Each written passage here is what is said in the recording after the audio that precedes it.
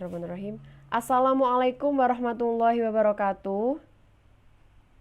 Selamat pagi Bapak dan Ibu guru semuanya.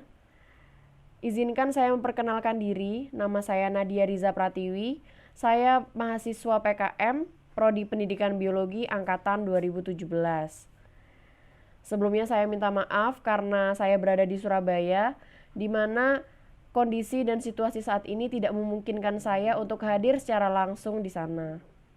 Dan di video ini, saya akan mempresentasikan media atau platform apa yang akan saya gunakan pada pembelajaran jarak jauh di lab school nanti. Media atau platform yang akan saya gunakan adalah media yang sering dan sudah biasa saya gunakan. Saya tahu kelebihan dan kekurangan dari media-media ini, sehingga saya bisa memanfaatkannya secara optimal. Yang pertama adalah Line Group. Line Group ini merupakan platform berbasis aplikasi yang digunakan sebagai sarana komunikasi antara guru dengan peserta didik. Nah, dalam platform ini, baik guru maupun peserta didik dapat mengirimkan chat, pesan suara, gambar, video, file, link, memo, dan lain sebagainya. Nah, cara mendapatkan line ini dengan mendownloadnya di App Store, dengan aplikasi App Store yang dapat di-download secara gratis.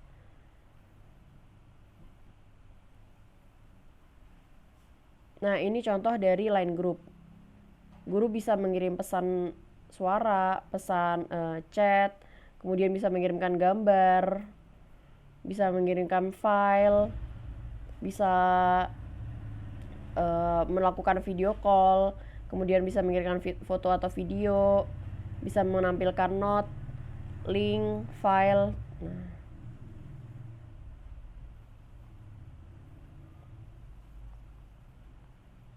kemudian aplikasi yang kedua, platform yang kedua adalah Slido, yang merupakan platform berbasis web yang digunakan untuk absensi peserta didik.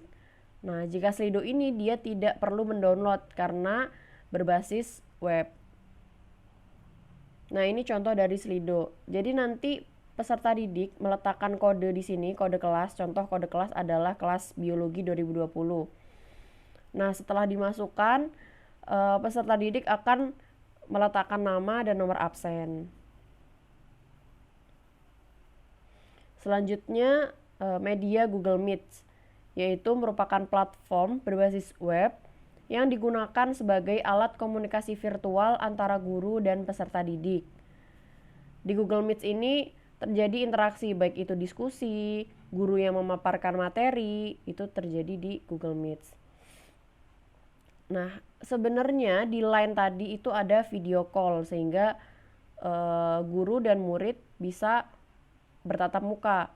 Namun, ada keterbatasan, yaitu hanya 6 orang jika di Line. Nah, sedangkan di Google Meet ini banyak gitu, bisa lebih dari 50 orang. Nah, ini contoh dari penggunaan Google Meet. Jadi, guru bisa menerangkan dengan PowerPoint di sampingnya. Selanjutnya adalah platform Google Classroom, yang merupakan platform berbasis aplikasi dan web, bisa diakses melalui aplikasi dengan di-download, bisa juga di web, yang digunakan sebagai sarana diskusi dan pengumpulan tugas. LKPD contohnya bisa di-share di Google Classroom. Link video juga bisa di-share di Google Classroom.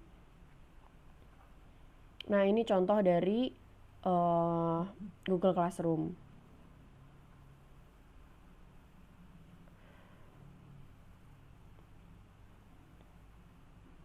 Nah, misalnya guru di sini meletakkan tugas. Nah, di sini siswa mengumpulkan tugasnya di sini. Ada jangka waktu kapan deadline tugas itu harus dikumpulkan. Line tadi juga sama, sebenarnya Line itu bisa dipakai untuk mengirim tugas. Tapi kelemahannya, jika mengirim tugasnya itu di grup Line, maka siswa yang lain bisa dapat melihatnya. Tapi ketika di Google Classroom ini hanya guru yang bisa melihat tugas siswa atau jawaban siswa.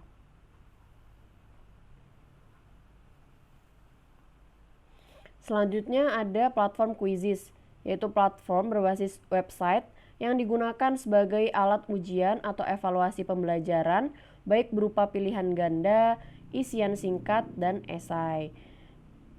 Nah, di Quizzes ini ketika soalnya berupa pilihan ganda, itu bisa langsung terlihat jawaban, bisa langsung terlihat nilainya. Kemudian, nah ini contoh dari Quizzes. Ada kode yang dibikin oleh guru, kemudian kode tersebut dipakai siswa untuk masuk ke game atau quiz itu. Selanjutnya saya menggunakan YouTube sebagai platform yang digunakan untuk pemaparan materi dengan video. Nah, video nantinya yang akan diupload di YouTube itu bisa diputar ulang. Nah, ini contoh dari pemaparan materi melalui video di YouTube. Kemudian, nah di bagian bawahnya ini ada komentar. Komentar di sini bisa digunakan sebagai diskusi. Misalnya ada yang ingin bertanya, bisa didiskusikan di sini. Bisa dibalas oleh temannya atau oleh gurunya, bisa terjadi diskusi di sini. Selanjutnya teknis umum dari pembelajaran. Yang pertama, pembukaan pembelajaran oleh guru via line group. Yang kedua, pemberitahuan absensi pada Slido. Lalu yang ketiga, pemaparan materi oleh guru di Gmeet, di Google Meet. Kemudian mengerjakan LKPD di Google Classroom, baik secara individu maupun berkelompok. Lalu yang terakhir, evaluasi menggunakan quizzes.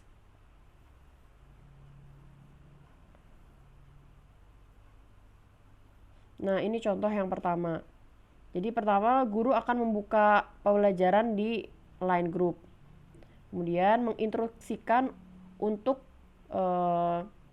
absen di Slido dengan kode kelas biologi 2020.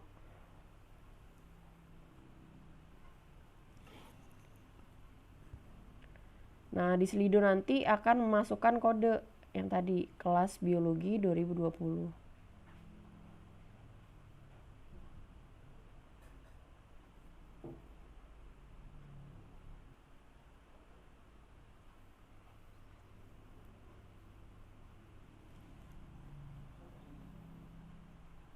Nah, di sini bisa dituliskan nama.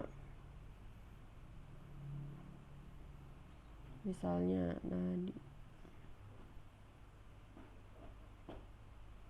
dituliskan nama, kemudian nomor absen dan dikirim. Nah, ini contoh dari penggunaan Slido. Selanjutnya, setelah udah absensi, maka lanjut ke Google Meet, penerapan di Google Meet. Nih, untuk pembelajaran akan dilakukan via Google Meet. Untuk joinnya diberikan link.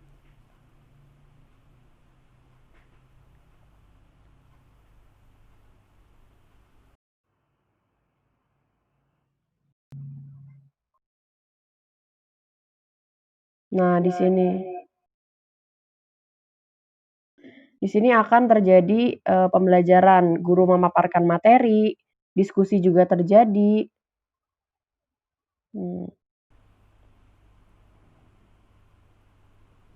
Setelah diskusi terjadi di Google Meet, guru menerangkan interaksi bersama peserta didik, lalu lanjut ke LKPD yang di-upload di Google Classroom.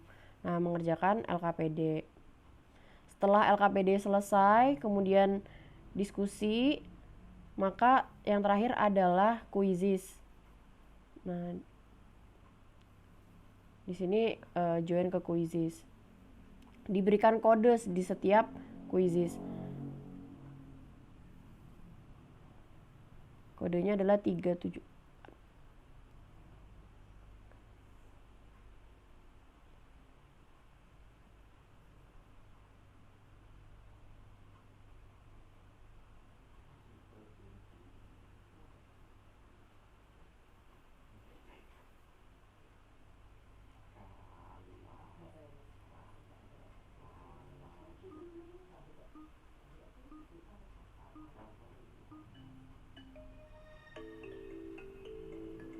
Nah, ini misalnya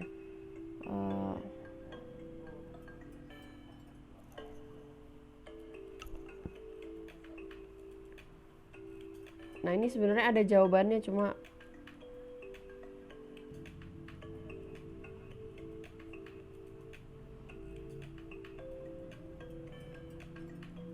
nah setelah siswa selesai mengerjakan kuisis, maka akan langsung keluar nilainya nih. Selanjutnya teknik SKS. Nah, ketika SKS ini terjadi dalam suatu kelas, misalnya ada 2 kelas yang berbeda, bab yang pertama misalnya ada peserta didik yang masih mempelajari bab 1. Di akhir bab 1, misalnya bab 1 ada 2 pertemuan. Misalnya ruang lingkup biologi itu ada 2 pertemuan. Nah, yang pada pertemuan kedua ternyata ada peserta didik yang telah menguasai bab 1 dan ingin melanjutkan ke bab 2. Nah, maka peserta didik yang ingin melanjutkan ke bab 2 akan diberikan evaluasi. Ketika dia memiliki nilai yang bagus gitu, sudah menguasai materi bab 1, maka diperbolehkan untuk lanjut ke bab 2. Nah, teknisnya seperti apa? Yang pertama, mahasiswa dengan materi bab 1 akan dipaparkan materi via Google Meet. Nah, sedangkan yang siswa yang melanjutkan ke bab 2 akan diberikan link video YouTube. Nah, selanjutnya setelah diskusi terjadi di siswa yang masih bab 1 akan diberikan LKPD. Dan selanjutnya yang di siswa dengan bab 2 akan diskusi. Karena dalam pembelian link YouTube ini tidak ada feedback ketika guru menjelaskan di YouTube. Jadi ketika videonya sudah selesai baru ada pertanyaan-pertanyaan. Nah, disitulah terjadi diskusi. Selanjutnya siswa dengan bab 1 akan diskusi dan siswa dengan bab 2 akan diberikan LKPD. Baik, itu tadi media dan platform yang akan saya gunakan dalam pembelajaran jarak jauh di labs nanti.